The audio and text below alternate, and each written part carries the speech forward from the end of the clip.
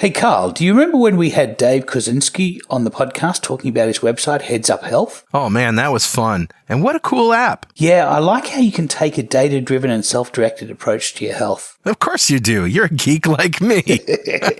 Guilty.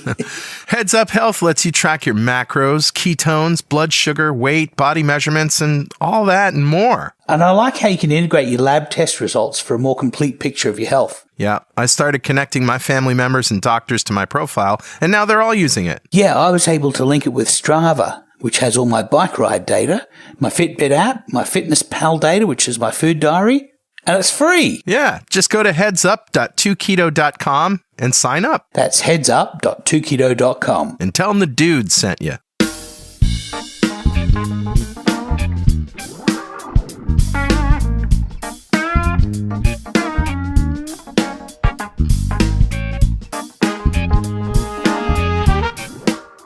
Welcome back to Two Keto Dudes. This is Carl Franklin from Connecticut in the United States. And in February 2016, I put myself on a ketogenic diet to take control of my metabolism.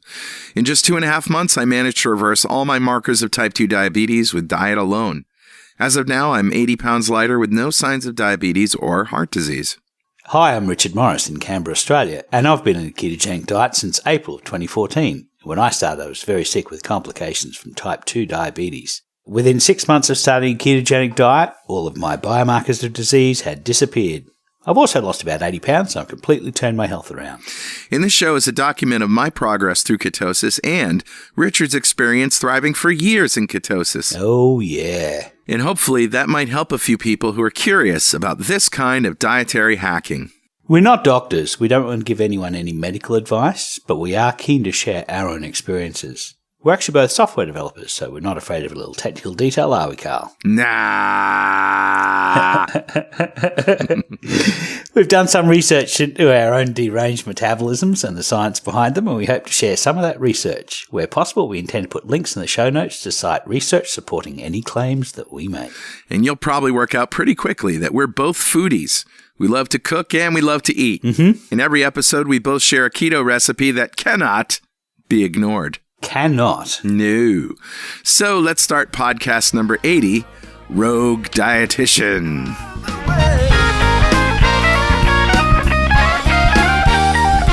So Richard, do we have any apologies or corrections from last week's show?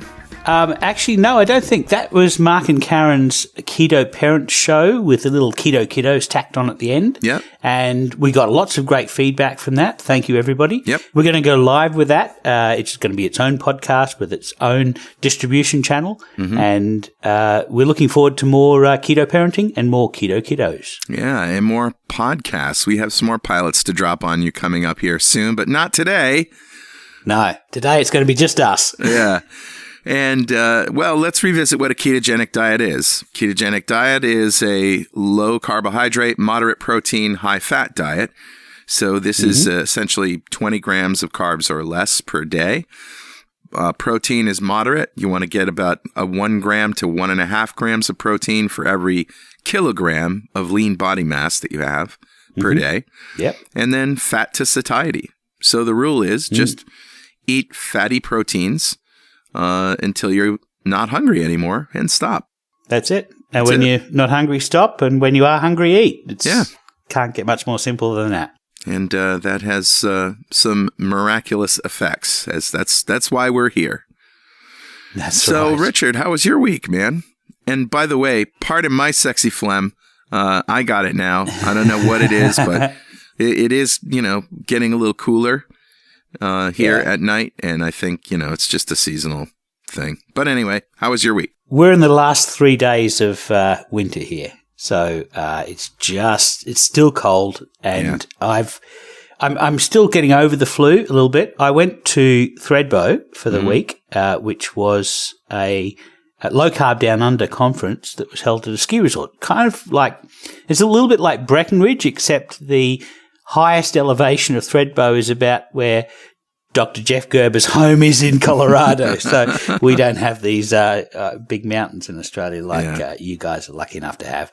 So we end up skiing on slushy snow, and it is what it is. But we had a great time. We met lots of interesting people there, and we're going to hear from one of them today. Mm-hmm. This is Feng Yuan Liu, who is a dietitian, and so we're going to hear from her later on.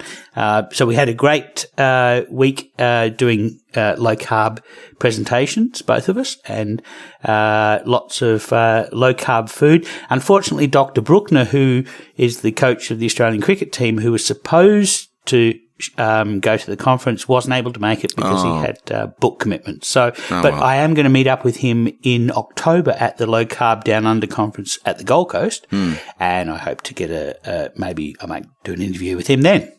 Great. Yeah. So, how was your week, Carl? It was really good. You can hear, as I said before, I got a little scratch in my throat, got a little cough, but I'm hoping to get over that. Have we talked on the show since my 50th birthday, August 11th? No, we haven't.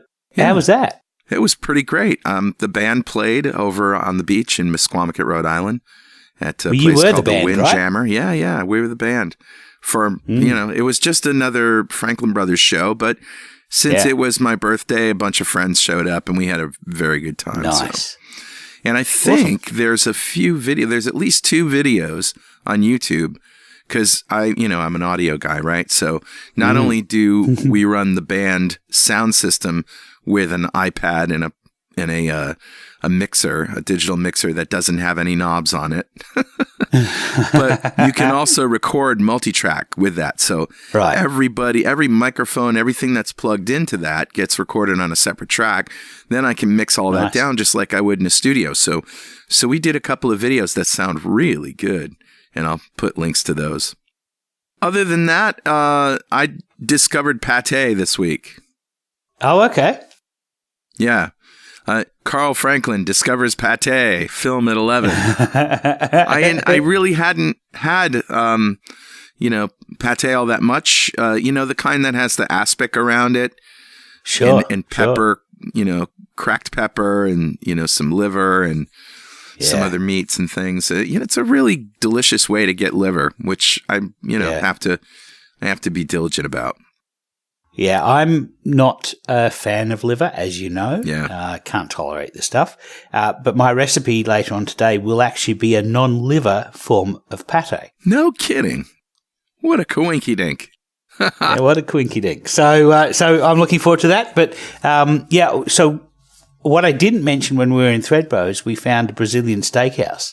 Oh. And they come around with swords with meat on. Oh, yeah. And they carve slices of meat off for you. And there was like 40 different kinds of meat. And one of them was chicken hearts. And they had a long skewer with chicken hearts that had been marinated in garlic and lemon juice and parsley. Wow. And then cooked, and they were delicious. Wow. So when it comes to getting in some of these more offal kinds of meat, I'm actually going to put some effort into making my own chicken hearts. Great.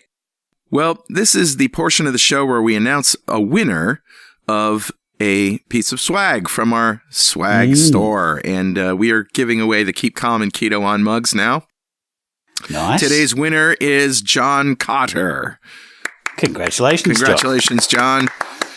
We'll be sending that to you. I already got John's address. He was very happy about it. Says that, our podcast has changed his life, and it's been fantastic. So congratulations, John. And just to remind everybody, the Two Keto Dudes fan club is basically a website you go sign up at. You answer literally 4 or 5 questions, and you give us your email address, and we pick a winner of a coffee mug every show. Yeah, and if you want to get one of those mugs and you can't wait until your name comes up in the lottery, then you can always go to gear.2keto.com and you can buy that stuff online. That's right. And to sign up for the fan club, go to fanclub.2keto.com. Okay, that brings us to...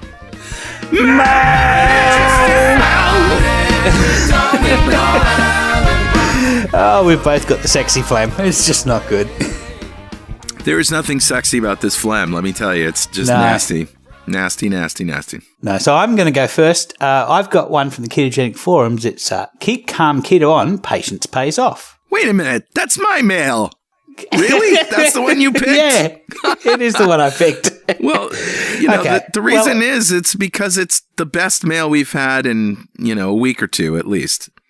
I know. Well, why don't you read out the original? Oh, okay. And then we can both comment on it. That sounds good. Sure. We'll just do one mail today. Yeah. Well, this is in the Progress forum, and it's from a user named Gatita, which is kitten in Spanish. And she says, I guess I am now the queen of stall patience, lol. I pretty much stopped losing. Oh, I don't even remember. Maybe January, February. I went low carb last fall and full on keto in January, and somewhere in there stopped losing after a good 20 pounds or more that fell off fast when I started low carb. I kept calm and ketoed on. I tried a very, very high fat experiment for a couple weeks and put like 6 to 8 pounds back on. Oops. Then in June, I started IFing, intermittent fasting, 3 days a week, lost a few pounds. Then they too popped back on, but I kept calm and ketoed on. Nice. In July, I added a mini Zorn fast, and that's the regularly scheduled fast that Brenda Zorn sort of rallies people around, and lost a few pounds that stayed off. Then I went back to IFing and no more losses. Then I did a couple days egg fast. I guess that's where you just eat eggs, right? Yeah. Lost a few more pounds. Then went back to regular keto. I kept calm and ketoed on. Then for some mysterious reason, I've just been losing and losing on a steady basis the last couple of weeks with little or no fasting. Eating keto treats and all. All told, I'm now down about 13 more pounds since June. And the inches, sizes keep going down. All of which is a very, very long way of saying, just keep calm and keto on. The weight comes off when it wants to come off. Since this is a permanent way of life, what's the big hurry? I stuck it out for long-term health reasons. And because I just knew the weight would go when it was ready to go. So glad I did. And you all have been my inspiration and kept me on track the whole time. Love this forum. How cool is that? So my response to that is awesome little cat, which I guess is the direct translation of the Spanish. Yeah. And when she said the weight comes off when it wants to come off, I think that's a very important statement. That's also my strategy to keep calm and keto on. So to give you a little science to go along with Gadita's story, fat cells live roughly 10 years. And any single year, about 10% of our fat cells die off from old age and they release their contents into circulation. And their job gets taken over by a brand new baby fat cell.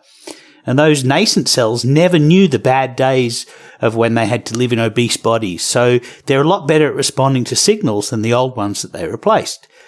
Eventually, after 5 years, half of your fat cells are newbies, and half of them are the old cranky ones that are still cranky about what we did to them.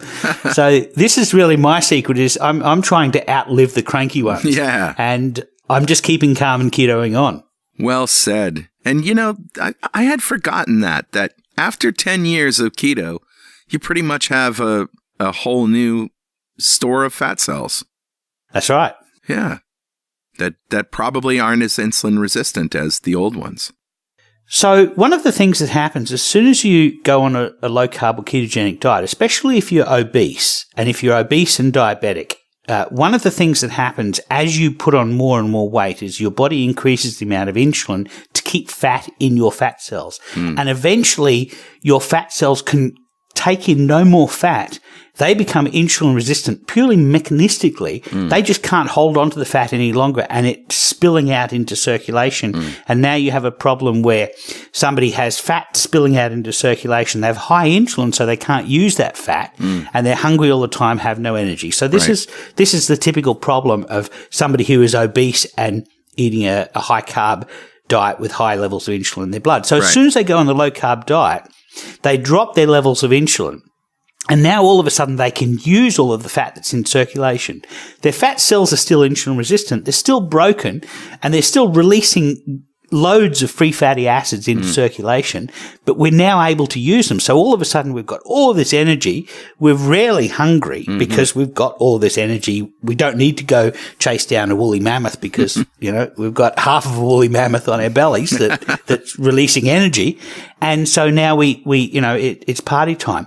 And then what happens is as you lose weight, as you lose body fat, your fat cells start to become more sensitive to insulin, and they start to be able to hold on to that fat, which is that's their job when insulin is high. And you reach the point of your fasting insulin level. And that's the point where you have enough insulin your fat cells have become sensitive enough and healthy enough now. It's actually a plateau is actually a sign of your fat cells becoming more healthy because now they can hold on to energy, and you basically reach the level of your fasting insulin. And when you hit that level, now it's a time where your fat cells are holding on to stored energy, and you're able to use stored energy whenever your fat cells release it, and now you have to wait them out, and you have to do things that you can do to lower your fasting insulin. Yeah. And as you do that, your fat cells then release energy. And that's exactly what she did when she did the IFing, the intermittent fasting. Yeah. That was a really dramatic way to reduce insulin. Yeah, absolutely. That's the thing, really. When you're keeping calm and ketoing on, the goal is now to lower your levels of chronic insulin and lower specifically your fasting insulin. And as you say, IFing and EFing and these, and even the egg fast has probably helped to shock her body into putting up with just a little bit less insulin. And as it does, her fat cells become more willing to release their stored energy. It's great. Great. Switching it up. I like to hear that. As we heard from Megan Ramos.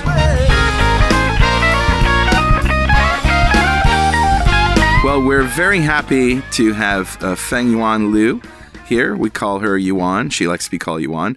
She is an accredited practicing dietitian, an accredited nutritionist, a level 1 ISAK anthropometrist. She'll tell you what that is, and a member of the Dietitians Association of Australia.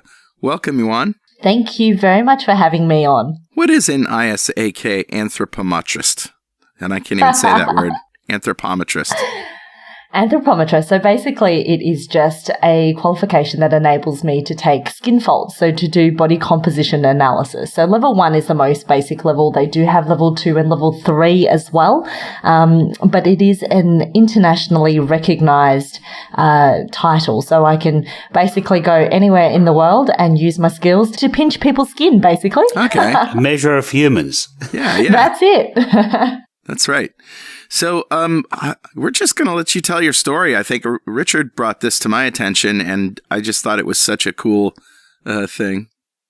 Yeah, I met Yuan in Thredbo at a low-carb event that I did for Rod Taylor, and she came up with a posse all the way from Melbourne, and she gave a wonderful presentation on what it's like for a dietitian who is willing to prescribe a low-carb diet, which is a very unusual thing in Australia. We have a dietetic organisation that goes after dietitians who do that and has deregistered a few, and they also go after medical practitioners, other healthcare professionals like Gary Fedke, who we heard from the other day. Yeah. So Yuan is a remarkable and rare bonus for the low-carb community, because finally we have somebody we can send people to who are having trouble with formulating a ketogenic diet. And we can say, here's an expert in diet who understands what you're going through and can help you with that, which is a wonderful thing. So welcome you on. Thank you so much for having me. And look, I mean, it's been 10 years in the making, I guess, to get me to where I am. And I've gathered, I guess, a lot of insight into what it takes to be a dietitian that, I guess, comes out as a low-carb practitioner, if you want to put it that way. But, I mean, in my 10-year career as a dietitian, for about the first 6-7 years, I was extremely guidelines driven. So I was practicing in accordance to what we were taught back at uni. And I don't think I even questioned it within about the first 2 years. But then I started to dabble with, slight changes and tweaks based on what my patients were getting in terms of results and no results. And over the years, it took a lot of seeing clients, seeing them either get results or not get results, for me to finally go, hang on, there might be something not quite right. And really the cohort of clients that allowed me to recognize this was actually my diabetic clients. Yeah. Believe it or not. Yeah. So when we started off and we were prescribing low GI several times a day, it wasn't about total quantity of carbohydrates. It was more about the GI.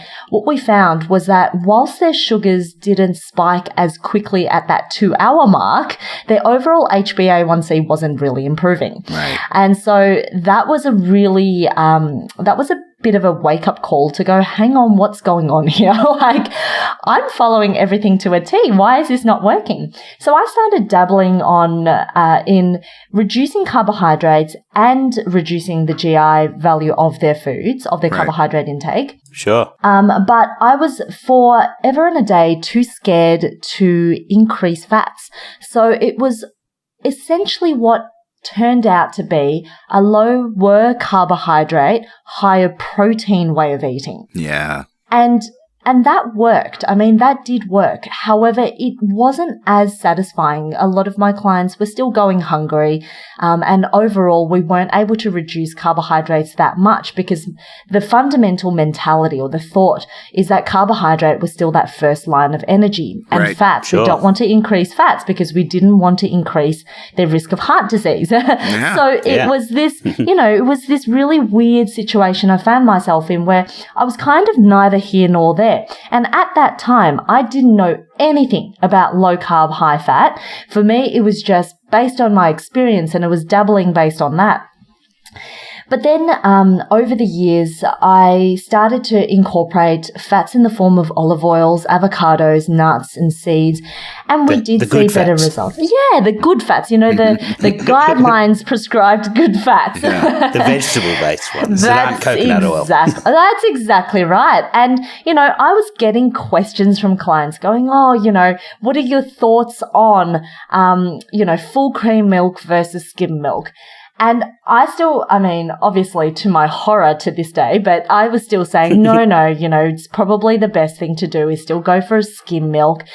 There's still not much, evidence to support that you should be including saturated fats in your diet, which you have in milk. But it took me, I think, to year 6, year 7 of my dietetic career when I personally started to gain weight. And to give a little bit of background, I've got polycystic ovarian syndrome and I've also got endometriosis. Yeah. And I've always been quite active. So I was training quite a lot in aerial arts and aerial sports, and I was extremely fit and I never worried about my weight. But then I sustained a couple of shoulder injuries and I also ramped up my work, which meant I pulled back on training quite significantly. Yeah. And it was around that point that I also met my current partner, Sean. And, when you start a new relationship, you go out and eat a little bit more, you relax on the exercise and you relax on the food. And what I found was the weight that I never had an issue controlling started to creep up. And I gained about 8 kilos in a matter of 8 months. So within a 12-month period. Yeah. And, Richard's met me. I don't have a big frame. So 8 kilos on me to someone else, they wouldn't be able to tell. That would be significant. Yeah. Mm-hmm. But to me, it was huge. My clothes weren't fitting. I started to develop those handles that people talk about. And it was really frustrating. But the bigger problem wasn't even the fact that I was gaining weight. It was the fact that I had no energy levels. Like my energy levels were just through the floor. I was constantly craving things.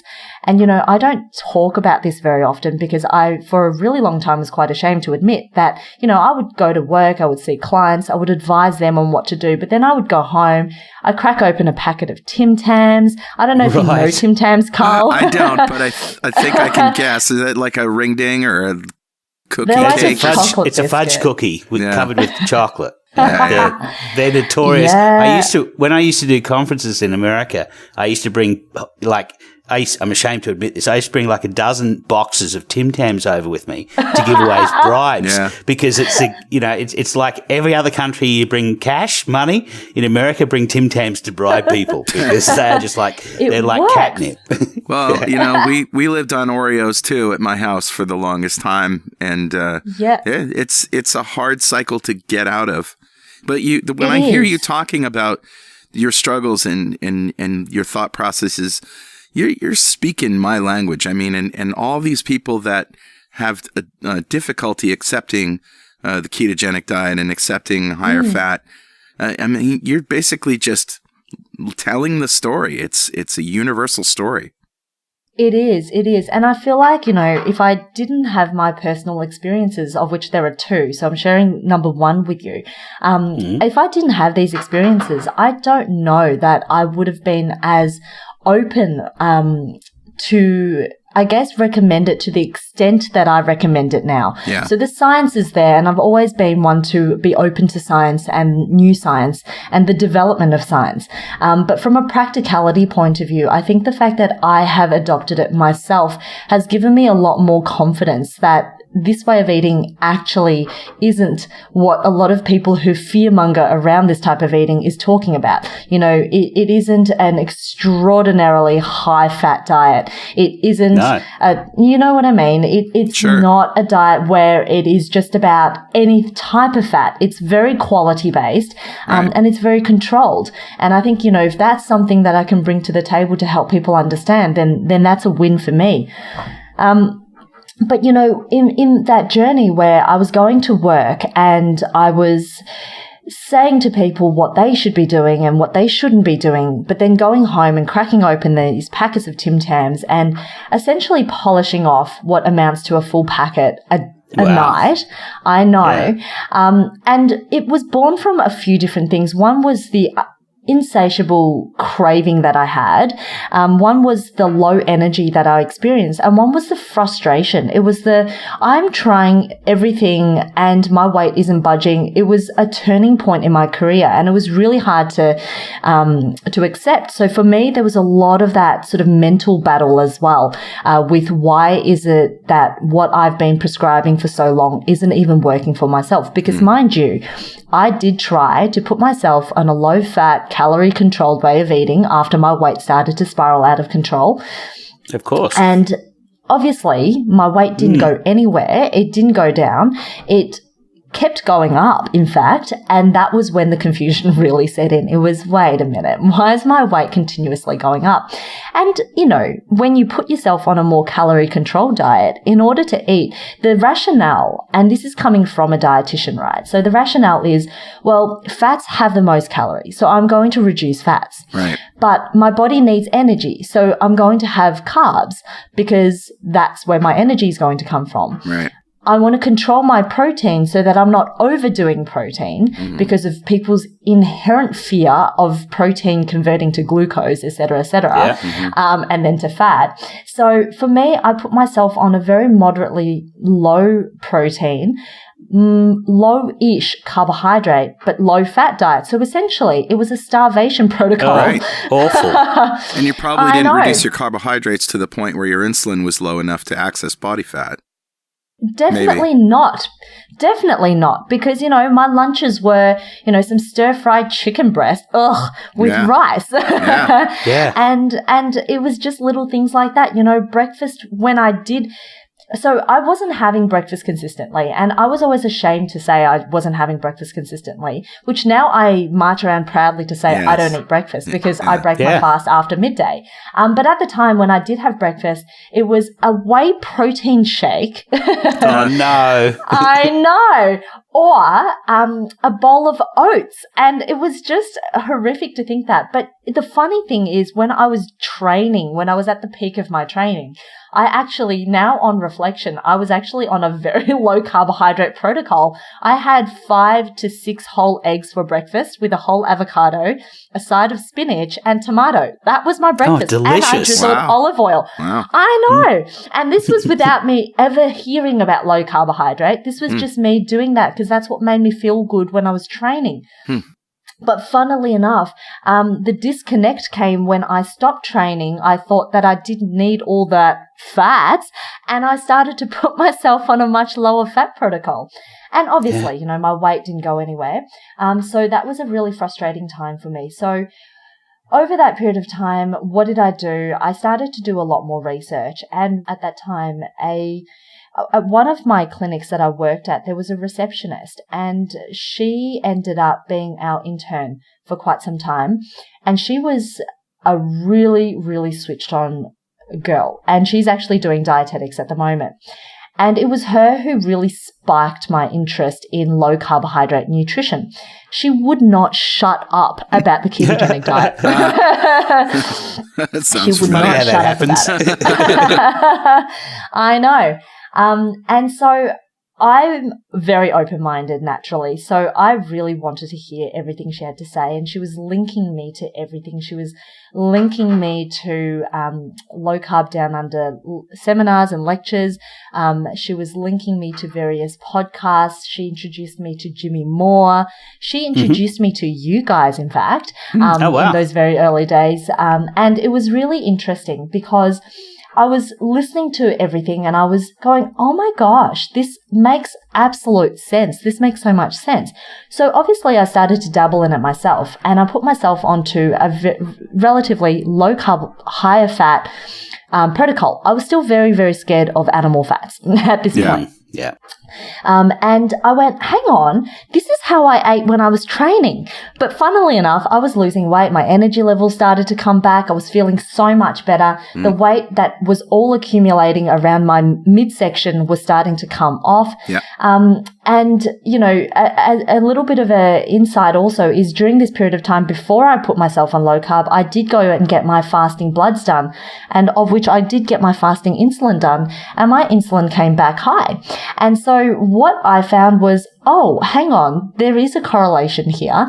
I am insulin resistant. And I guess that's when all the different nuts and bolts started to click into place. And I realized I've got PCOS. That's going to put me into a position where I am hyperinsulinemic. Right. I was hyperinsulinemic. And when I dropped my carbohydrates and I dropped my body secretion of insulin, my symptoms, which was the weight gain, really started to go away. My energy levels started to improve. And it was a really exciting time. It was a really life-changing time. And it really turned my life around in that particular instance. So since then, I was starting to really introduce it into my practice. And funnily enough, the problems we encountered initially was people's cholesterol levels going up. Right. So I educated me around that. And it was through these little things, these little teething issues, that I started to really get a really robust grasp on what low carb, high fat and ketogenic nutrition actually involved. And at this point, I was still not very, passionate to the point of, critiquing other people and calling people out. Right. But you got there. I got there, exactly. But at this point, I started to realize where all the misinformation lay. And I realized along the way that, the focus for so long, and the focus I had for so long, was telling people that, in order to control their diabetes, sure, we wanted to see their blood glucose and HbA1c reduce, but the goal was to reduce weight. And when that was our primary goal, and we learnt about calories and, the whole calorie in, calorie out, obviously, we started to cut fats and we started to cut quantity of food, and it wasn't even about quality at that point. It was all about quantity. And at that point, it just really jarred in me that was where everyone was going wrong. Right. Was that the focus was on weight loss, which, if we think about what I experienced personally, the weight gain itself was actually a symptom of what the underlying problem was. Absolutely. In your case, with PCOS, you had hyperinsulinemia, and as somebody with Han Chinese ancestry, you're not predisposed to become obese like a Northern European. I mean, somebody with Scottish ancestry, can get to 200 kilograms and still be not quite yet diabetic.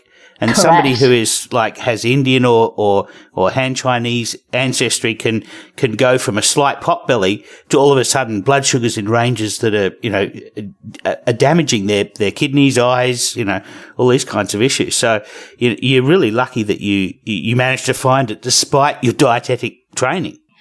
Yeah, absolutely. And that was really a blessed moment because, a lot of people would always say, oh, look, you, coming from a Chinese background, Chinese people are also skinny and, you don't have Right. those issues. But then I'm thinking, hang on, have you been to China in recent years? Right. Diabetes is an epidemic over there, diabetes, cardiovascular disease, and they are starting to see outward weight gain. So actually, you start to see even in children that they're starting to put on a lot more weight than they used to. And you're right, Richard, in that my parents both have mild non-alcoholic fatty liver. And they also, obviously, since my own experience, I got them to check their fasting insulin. I got them to do everything. And both of them were mildly insulin resistant as well. Wow. And so that's the other funny story is I made my dad promptly go on a low carb, high fat way of eating, incorporating intermittent fasting, and he dropped about 7 kilos in 7 weeks. Yeah. Wow. And it was ridiculous how quickly he dropped that. But all of these little experiences, personal experiences, really it formed that foundation. It really helped to cement my belief in low carb nutrition and made me want to really research a little bit more into it. And then I guess the next phase of it was, I was starting to introduce low carb, high fat to my clients. Sure. But still not to the point of ketogenic. I was still not 100% well-versed with ketogenic nutrition. I was still learning about it. I was still hearing about it, reading about it, but I wasn't dabbling in it. I wasn't checking blood ketones, none of that. But then obviously my partner, to give you a bit of background about Sean, is that he has Crohn's disease. Oh, right. And he's had Crohn's disease diagnosed for 17 years. Wow. And in that time, he's had 2 bowel resections. Oh. Ouch. And 6 strictureplasties. And he's been on a whole host of different types of medication. He's been on steroids. And he's at that point where, you could see he's got that, we call it steroid face or moon face. He has that blown up round face from overuse of steroids. Right. And when I met him, he was managed on Humira, which is an anti-tumor necrosis factor medication. So he was injecting himself once a fortnight. And with that, it was keeping his inflammation and his Crohn's disease under wraps, but it was never 100%. He was still getting some mild inflammation on a daily basis, and he was still getting stricture pains because of inflammation that was causing the strictures to swell. Sure. And it was really, really painful. And you could tell. And he was constantly fearful. He was always doubled over. He never stood up particularly straight. He was always, guarding his belly, so to speak. And then it got to a point where, we just went, this isn't the way to live. He wasn't eating particularly great. Like his diet was very carb centric. He was eating noodles. He was eating Subway rolls. Sure. He was eating, he went to Japan and lived in Japan for 6 months at one point in his life. So he was eating a lot of ramen Yeah, and as you do. rice, as you do. And he loved it. But, he did that because his doctors forever was telling him that nutrition has nothing to do with your Crohn's disease. Diet has nothing to do with it. You don't need to cut back on your diet. Do you know what I mean? That's what we call foreshadowing, kids. I can hear the end of this story coming. Yeah. And, they say you don't need to change anything. So he didn't. And they were trying to throw sustagen at him. They were trying to do all these things when he was in hospital. And his impression of a dietitian was pretty poor. So when he heard I was a dietitian, he wasn't too impressed to start with. So sustagen is like a liquid diet, right? So high glucose liquid diet? Oh, no. Oh, sorry. No. Yeah. It is. So Sustagen is, the hospital formula is a complete, what they call complete nutrition. So it is all your vitamins, all your minerals. Yeah. It has protein in there. It's got some fats in there, and it's got glucose in there in the formulation according to, what they deem as complete nutrition. Yeah. Gotcha. But when you look at the ingredients, it's milk solids, it's corn syrup, corn it's oil. it's all the nasties, really. What are they doing? But, you just want to smack these people. That's another fight, trust me. And so we did decide, let's do it. Let's start you on a ketogenic diet. Let's really get the numbers right. So I sat there, I did all the calculations, formulated a ketogenic protocol for him and put him on ketogenic way of eating. Mind you, he was unable to finish his food. First week, in fact, he would sit there and it would take him almost an hour to finish his meal. He's like, this is so much food. This is so much more food than I've ever eaten. This is so much more protein than I've ever eaten. And you can see it's not even that much protein that we recommended, but even then that's more than he's ever been used to. He was never a red meats person.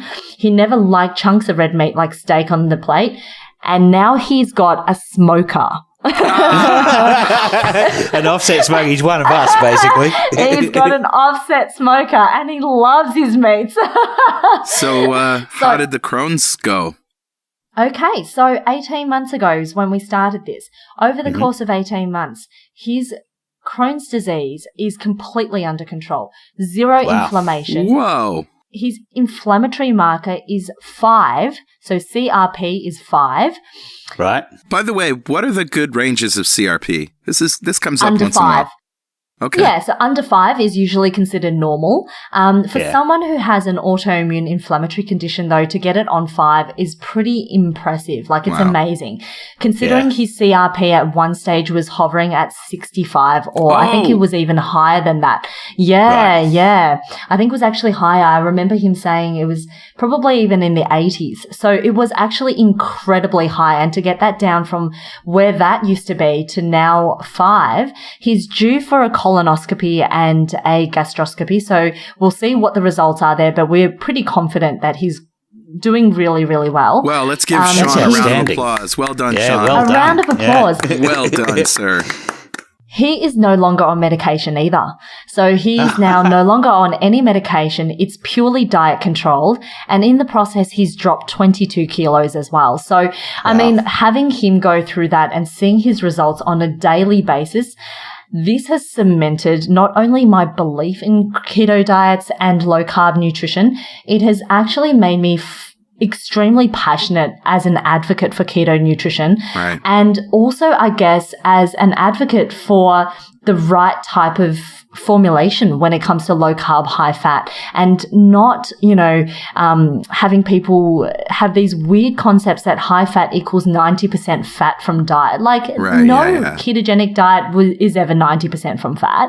And we want people to understand that when it comes to formulation, everybody is an individual. And that's where I really value my job as a dietitian, is that I'm able to do that. I'm able to assess on the front line what each person needs. And we're able to adjust fat intake. We're able to adjust carbohydrate. We're able to adjust protein to allow them to actually adapt into using fat for fuel, but more primarily helping them achieve what their goals are, whether it is inflammation control, weight loss, diabetes control, etc., etc. Yeah. So let's get to the rogue part of our Rogue Dietitian podcast here today. So apparently some people didn't like what you were doing. No. Look, I mean, a lot of people don't like what I'm doing. When I first started to be quite vocal about low carbohydrate nutrition and my views on it, I was reported to the DAA. I'm not going to name names, but I was reported to the DAA by a fellow dietitian whom I had never met and still to this date have never met or engaged in any conversation on social media or over the phone. So there was I know the dietitian you're talking about too. There's been no dialogue, but she reported me. And the premise of being reported was the fact that I was not, I guess, behaving myself on social media. But really what it boiled down to was the fact that I had a differing viewpoint to hers when it came to nutrition. And that, to be really honest, it did stir me up quite a lot, because at that point we had just opened up our Metro Dietetics headquarters in Thornbury, and we were just starting to roll out services and start to, really get ourselves up. Up until that point, I was working out of various other doctors' clinics, and this was our first headquarters. This was our first home base. Wow. And we were, we were taking a lot of pride in how we were setting it up and what we were going to do with it. But then the complaint came in at that time, and it stopped me from doing a lot of things. I wasn't able to be as vocal for quite some time, and I didn't want to lose my accreditation because I saw what had happened to Jen Elliott, and I was extremely cautious not to follow the same fate that Jen did. And for me... Well, she was deregistered, wasn't she? She was giving a low-carb, healthy-fat advice to diabetics and curing them.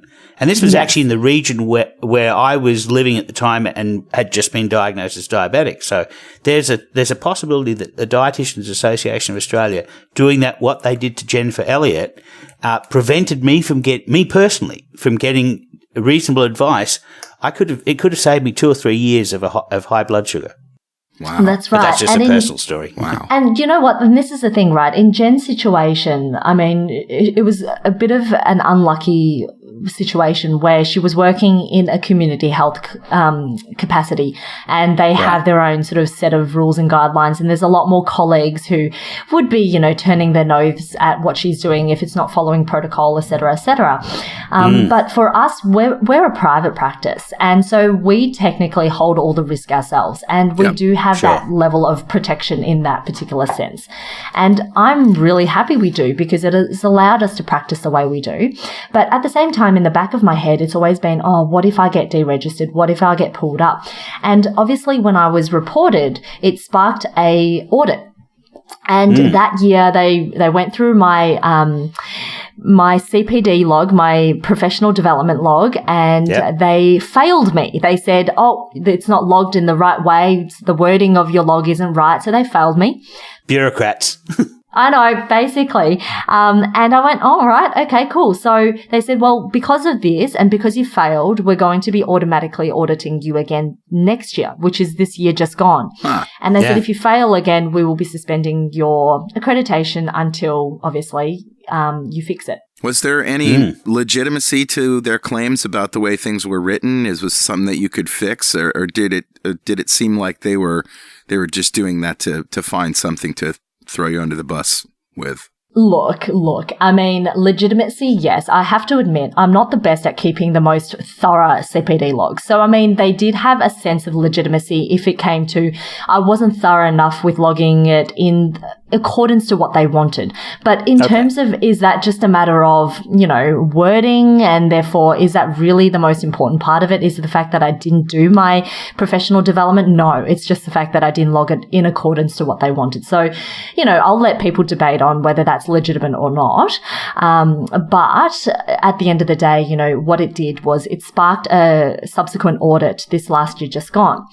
And when that was all happening, it was also around the same time that I saw a hot topic by the DAA, and it was on low carb nutrition and type 2 diabetes.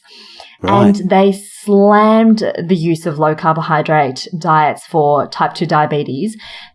The thing that confused me, though, was apart from the fact that they quoted a few flawed studies, they actually quoted a study by Eric Westman. And it was probably the most comprehensive journal article on why low-carb nutrition is actually better for type 2 diabetes management. Right. And so all I did was sparked my series of critiques, and that was my first evidence-based assessment. So I went through all of their points, quoted them verbatim, and wrote down what I thought was going on, and also using, my own research papers that I found, plus also re-quoting Eric Westman's original article. That they cited. And that they cited. Exactly right. They brought it into evidence. It's their fault. That's exactly right. And it went crazy. So it went absolutely crazy. I'm sure people from the DAA saw it as well. I never got a response, mind you. All I knew was that was something that people in the low carb community were really looking for, was someone to actually challenge the authority, challenge the DAA. And up until this point, not many dietitians who are currently still registered are challenging the DAA. And the biggest fear they have is being deregistered. And honestly, what went through my head after I published that was, oh my gosh, I'm going to get a call from the DAA. I'm going to get a registered post from them. I'm going to have my accreditation stripped. But at that point, to be really honest, my desire to get the right message out trumped my desire to stay accredited. Wow. So at that point, I just went, excuse my language, but I went, it. I don't care. I actually don't care. If it means I get deregistered because I'm doing something that I believe in, then let it be. But mind you, I didn't hear back from them. Instead, what had happened was obviously they were auditing my CPD logs. I somehow managed to lock myself out of being able to edit my CPD logs. And so I went, oh, geez, okay, this is it. This is it. I'm getting my accreditation taken away. I can't even access my logs. I'm so screwed. And guess what? I literally got a letter about a week after the closing of all the logs. I got a letter from them saying, you've passed your audit. Wow, great. And I went, hang on, I haven't even updated my log. How can I pass my audit?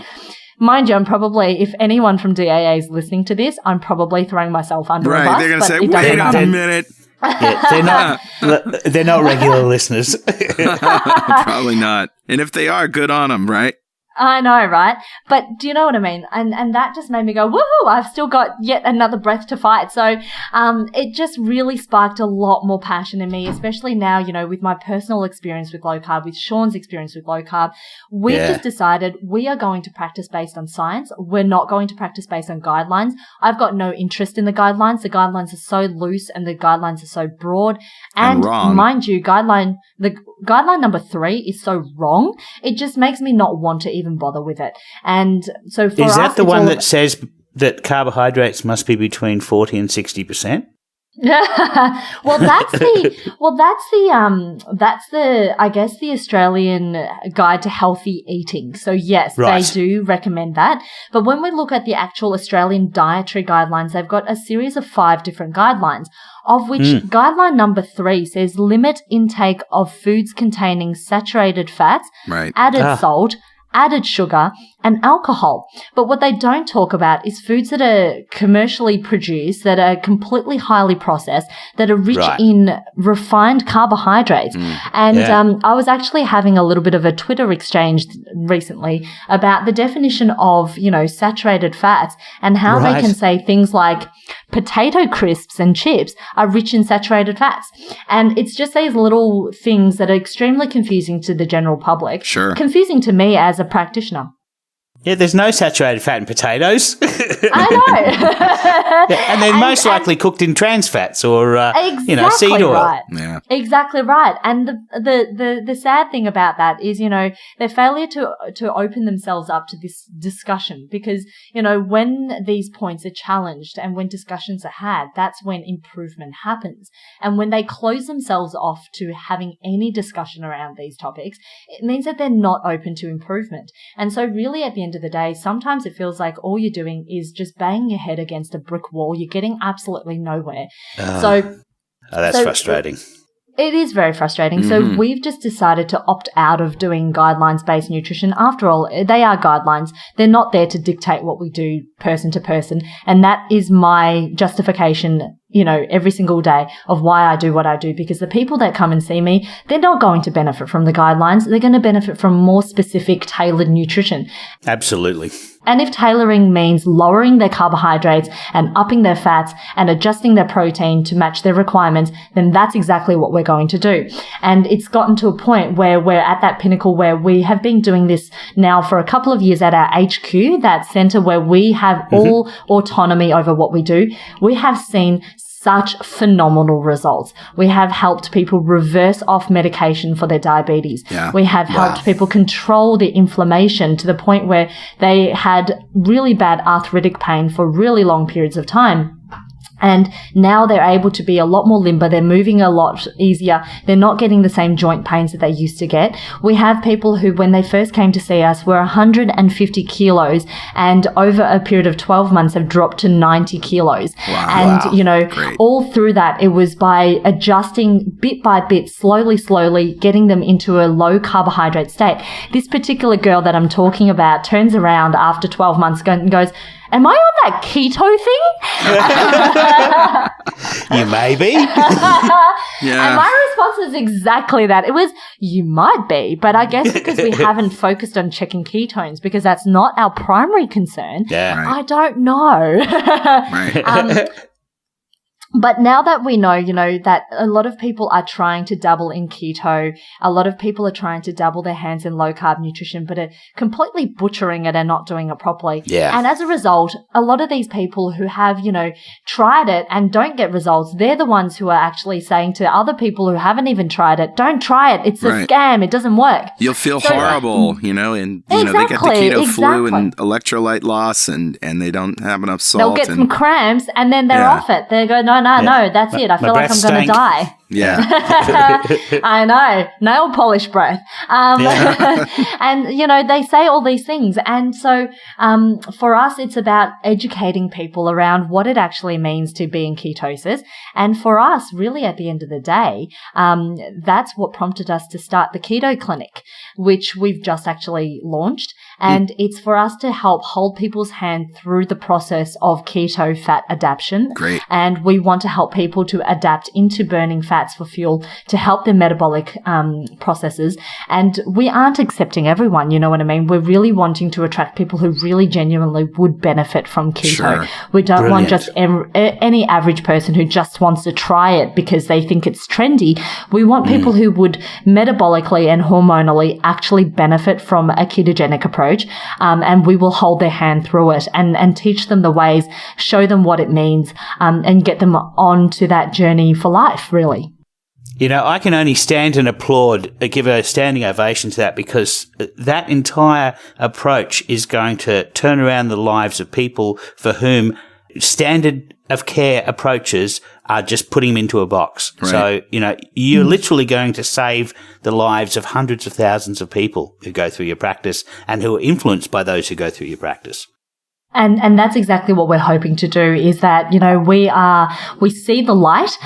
We see how much research is being done around it. We are following it with a very keen eye and we are adjusting our approach as the research comes through. So we're constantly improving ourselves as well. Wonderful. And that's the thing, when I first started learning about keto nutrition, I thought it was a very strict 70-20-10 split. And then I started to realize it is not that. It's extraordinarily flexible person to person. And that's where we are at the moment. So that's why we want to help people hold their hand through it. We don't want to just basket them into this, it's just a particular macro split and that's it. Sure. And then have people listen to the likes of, some prominent Australian researchers and say that there's no fiber and that it's all meat-based and, have all these wrong messages being told. So I got to ask this. I think Richard's with me that probably the biggest hurdle to get over is the cholesterol hurdle.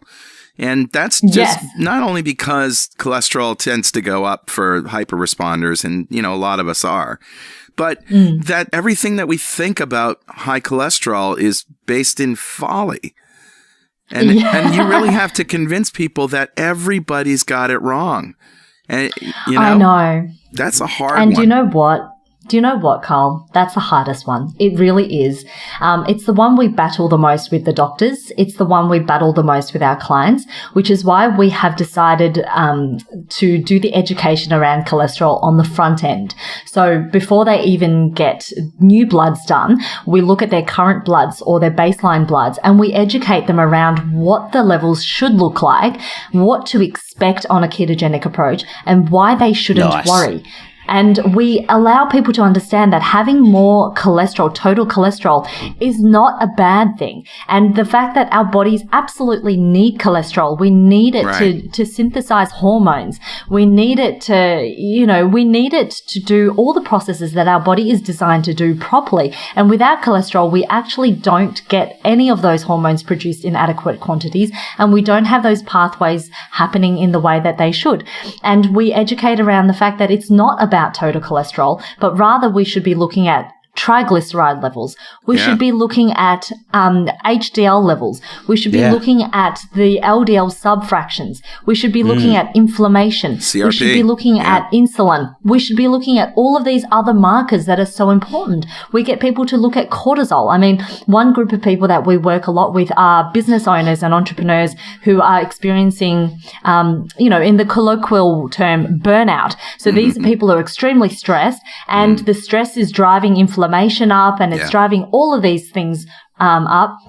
And one of the things that we get people to really understand is that we need to drive inflammation and drive stress down, and we just get them to get the right pathology done. So one thing we're really particular about is pathology. We always get people to get a very thorough range of bloods done, and we always educate. So education is the next most important thing for us. Is pathology and education hand in hand is what we do, and it's why we do what we do, because we want people to understand that everything they've ever learnt about nutrition up until now is likely wrong, and what we need to do is essentially wipe the slate clean, rewire their brains, and get them to think things differently. And it's so valuable, the fact that I've had to go through that process and do it myself, because I understand the struggles that these guys are going through, and I can hold their hand and really coach them through that process.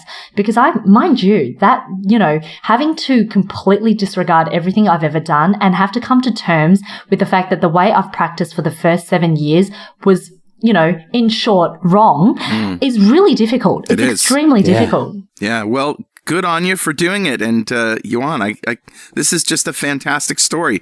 Richard and I really believe that dietitians are going to lead the charge in turning this world around. So you are to be completely applauded. Thank you. Thank you very, very much. Thank you. So how can people find your practice, and what populations? I mean, are you limited to only Australian customers, or can you practice worldwide? Cool. So we've got obviously the Keto Clinic by Metro Dietetics, which is under our main business, Metro Dietetics. We are physically located in Thornbury, Victoria. I don't know if you want me to provide a link, or I'll give you the address so you can link it. Either way, but they can find us. Beautiful. So they can find us physically, but because of the fact that the Keto Clinic is going to be mostly an online-based approach where we do have touch bases, but we can do it via Skype or phone and all in person, it's not limited to Australia. It is completely international. So anybody who wants to do the program is open to doing the program. We hold their hand through everything. In fact, I've just spent the last, 3 days developing everything that needs to go into that program, and it looks phenomenal at this stage. I'm so excited. Wow. I'm personally excited. We get them to track absolutely everything, and that's how they find it. So we're not limited to Australia. We're not even limited to, we're not limited to Melbourne, that's for sure. And really at the end of the day, people who want to find us, they can either find us based on the link you'll provide, they can call us, they can email us. So I'll give all those details to you so you can link that, but they can definitely find us. And the beauty of it is that we are a team, and we do have, in addition to myself, we've got a couple of dietitians and a nutritionist. Richard's met our nutritionist, Viv, and they're all low-carb practitioners. So all of us are low-carb dietitians and nutritionists. Fantastic. I'd love to have a chat to Viv on the show. Yes. He's a bodybuilder who does targeted carbohydrate cycling, and is also insulin resistant and is keeping control of his insulin resistance. And he has a fascinating story. So we'll have a chat to Viv. Yeah, let's have him on. Viv has a very, very fascinating story. I think he would love that. And Viv, if you're hearing this, I am throwing you under the bus. Yeah. Well, Yuan, thank you very much. It's been a pleasure talking to you, and we wish you very much success in the future. We know you're going to have it. Thank you. Thank you very, very much. Yeah, and I'm going to recommend to anybody who is looking for targeted advice on their diet to get in touch with Metro Dietetics, because they're going to find people who not only understand diet and essential nutrition, but also understand it in the context of a ketogenic approach. Yeah, very good. Absolutely. Thank you so much, guys. Thanks, Yuan. See you later. Bye-bye.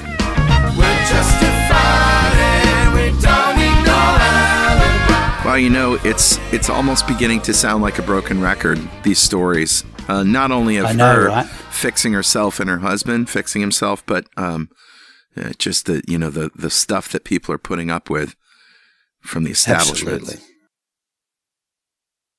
Yeah, well, the thing is that that she is the beginning of a wave of dietitians, and these guys are the ones who are going to save the world, because with medicine we can't get somebody to a low enough glucose level so that their disease reverses. Yeah. We can only get them to a point where that they progress as slowly as we can possibly make them do. Yeah. So the only way to get them below that level so that their disease goes backwards is through diet. And the experts in this are dietitians. And as long as the peak bodies start deregistering dietitians who attempt to cure people this way, they're standing in the way of progress. Yeah.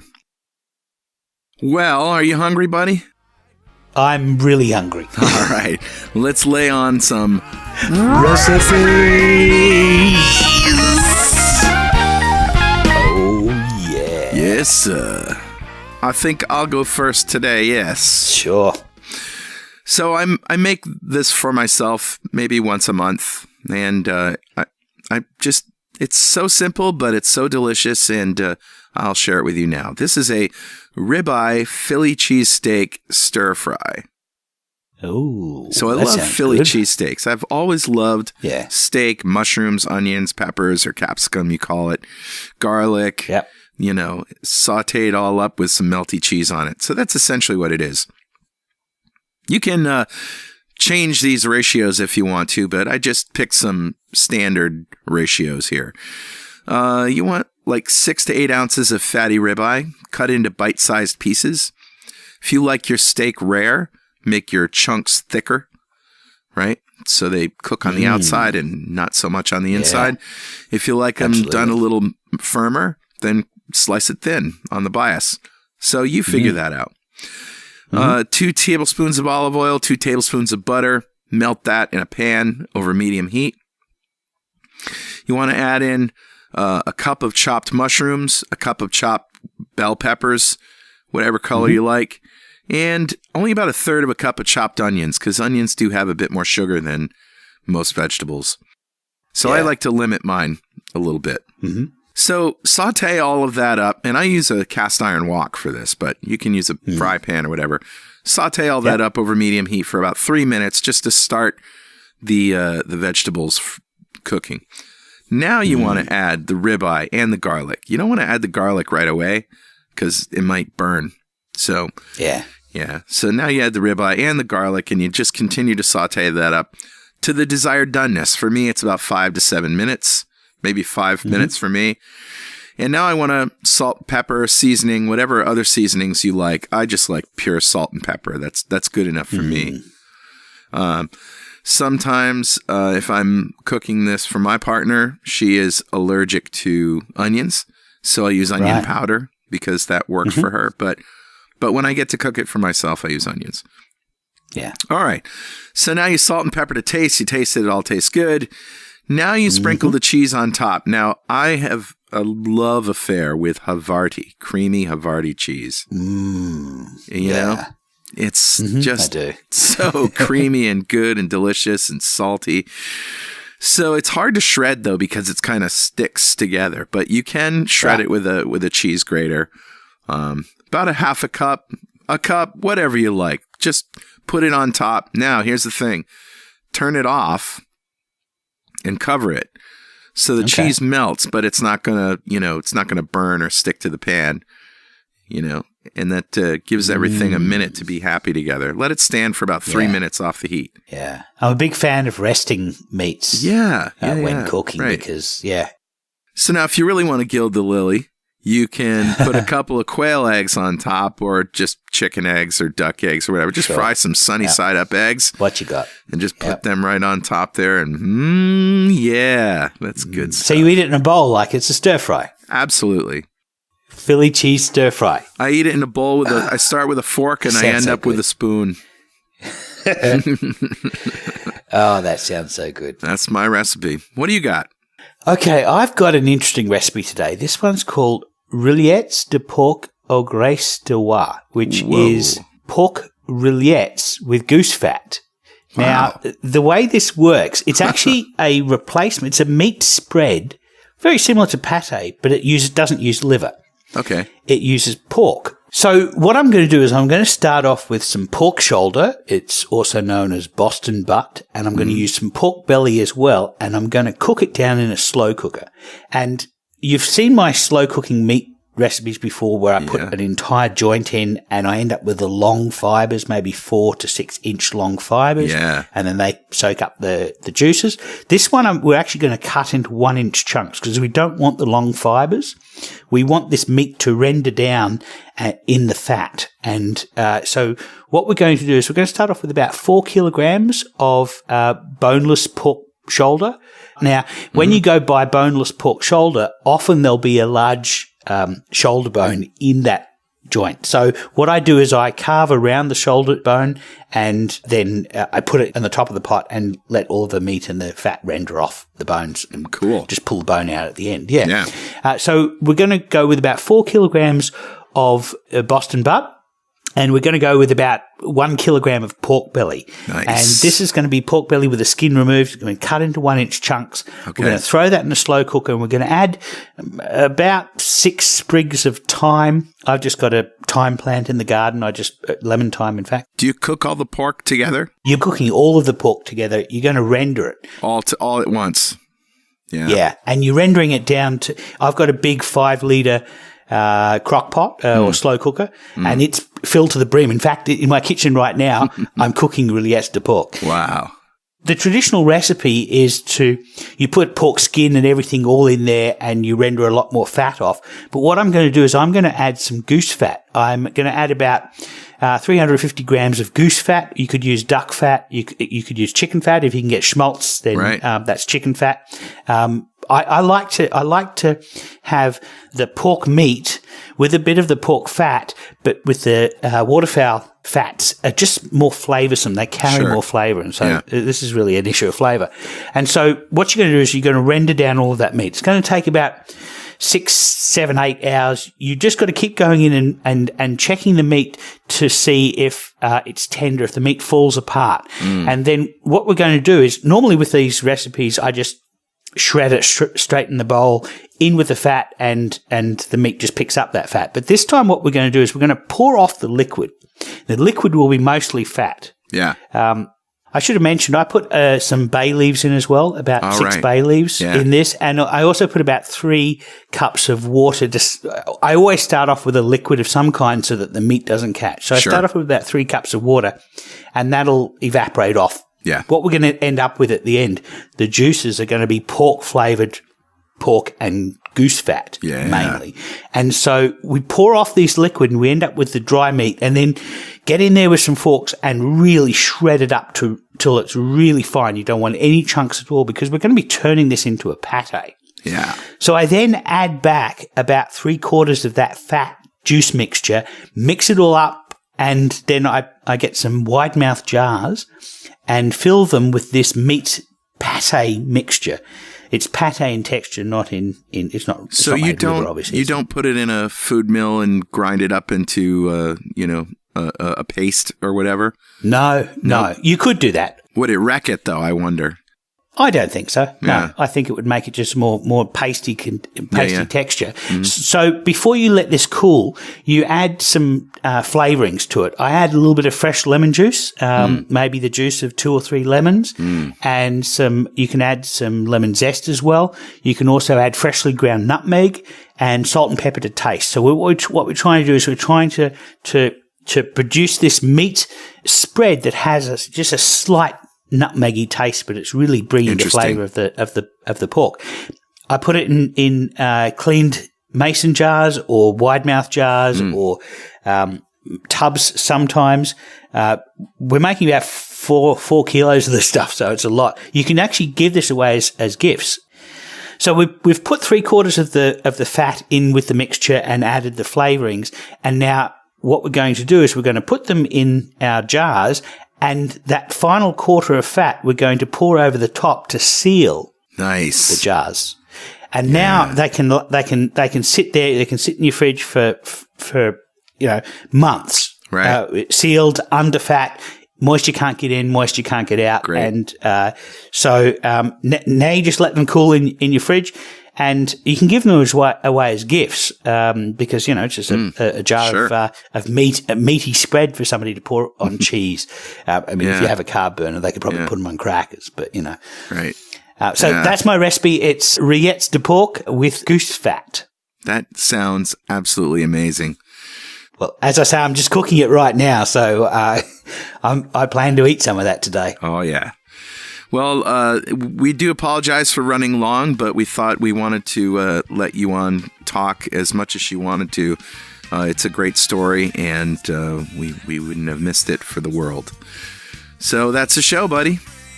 Yeah, of course, if you have anything that you want to tell us, something we said wrong, something you don't agree with, or some more research that you found to support or refute anything that we've said, send it by email to dudes@2ketodudes.com or post it on our website. And you can follow us on Twitter at 2ketodudes, on Instagram at 2ketodudes, and make sure you use the hashtag 2ketodudes.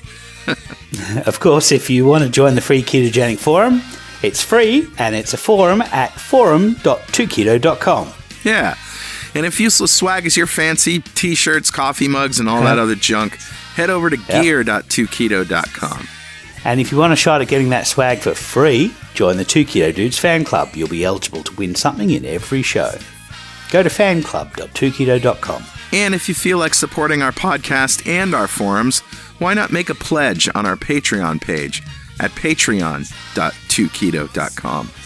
Or just hit the donate button on our website at www.2ketodudes.com or go to donate.2keto.com. You can also see our podcast and other videos on YouTube at youtube.2keto.com. And if you haven't already, go leave us a review on iTunes. 2 Keto Dudes is brought to you by 2 Keto LLC and produced by Pwop Productions, providing audio, video, and podcast production services since 2002. Online at pwop.com. Keep calm and keto on, Richard. Yeah, keep calm and keto on, Carl. All right, we'll see you next time on 2 Keto Dudes.